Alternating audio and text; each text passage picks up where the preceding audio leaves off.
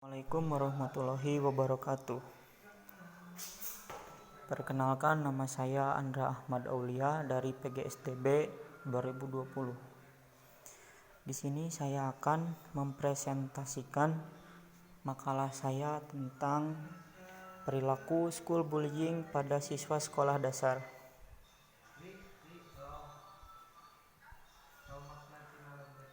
Latar belakang masalah. Sekolah dasar kerap terjadi peristiwa bullying.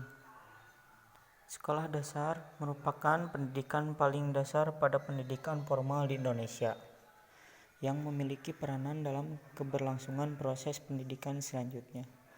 Hal ini sesuai dengan Peraturan Materi Nasional Nomor 23 Tahun 2006 yang menyatakan bahwa pendidikan dasar memiliki tujuan untuk meletakkan dasar kecerdasan, pengetahuan, kepribadian, akhlak mulia, serta keterampilan untuk hidup mandiri dan mengikuti pendidikan lebih lanjut.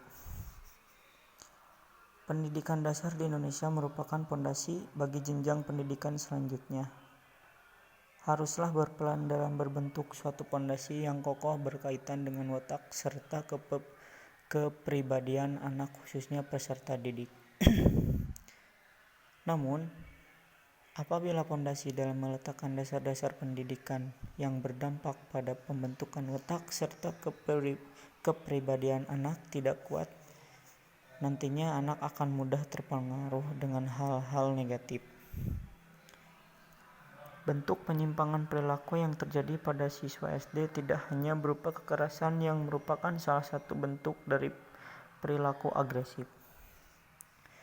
Pada kenyataannya, hal-hal yang kita pandang sebagai perilaku yang wajar dilakukan anak usia SD terkadang tergolong dalam penyimpangan perilaku. Mulai dari sekedar mengejek temannya, memukul, mencubit, menjambak, dan menjegal temannya saat sedang berjalan. Melihat luasnya permasalahan mengenai penyimpangan perilaku seperti yang diuraikan di atas, peneliti tertarik untuk melakukan penelitian tentang pengetahuan guru mengenai school bullying dan mengidentifikasi bentuk-bentuk perilaku school bullying. Tindak kekerasan atau bullying dapat memberikan dampak yang negatif untuk jangka waktu yang pendek dan panjang.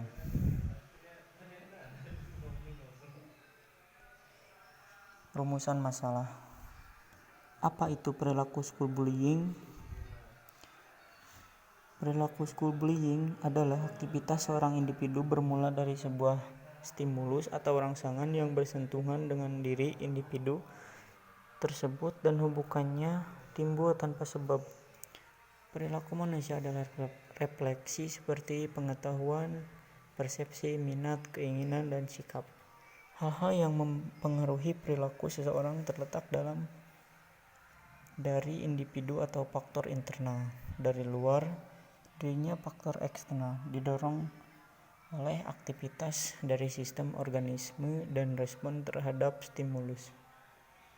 Atau Atmajo 2014-20 berpendapat bahwa perilaku adalah suatu kegiatan atau aktivitas organisme atau makhluk hidup yang bersangkutan. Wawan dan Dewi 2010-48 berpendapat bahwa perilaku adalah respon individu terhadap suatu stimulus atau sesuatu tindakan yang dapat diamati serta mempunyai frekuensi spesifik, durasi, dan tujuan, baik disadari maupun tidak. Apa saja bentuk perilaku school bullying? Bentuk-bentuk perilaku school bullying yang terjadi mulai dari lingkungan pergaulan hingga di lingkungan sekolah sangat beragam. Bentuk-bentuk perilaku school bullying dapat dilakukan secara langsung yang berupa verbal bullying, mengejek, mencela, menyindir, dan menyebarkan gosip. Physical bullying, memukul, menendang, mencubit, dan menjegal. Non-verbal atau non-physical bullying, mengancam, dan menunjukkan sikap yang janggal atau tidak seperti biasanya, melarang orang lain masuk dalam kelompok, memanipulasi hubungan persahabatan. 3. Faktor perilaku school bullying.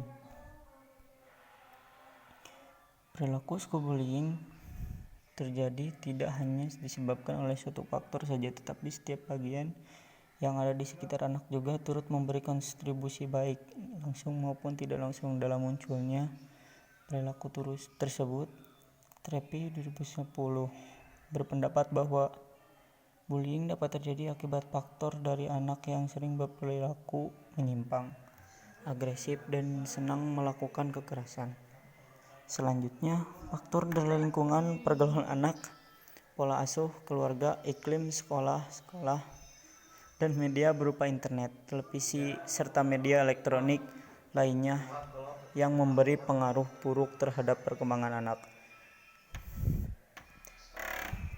Dalam penelitiannya mengungkap beberapa analisis penyebab terjadinya bullying dalam dunia pendidikan.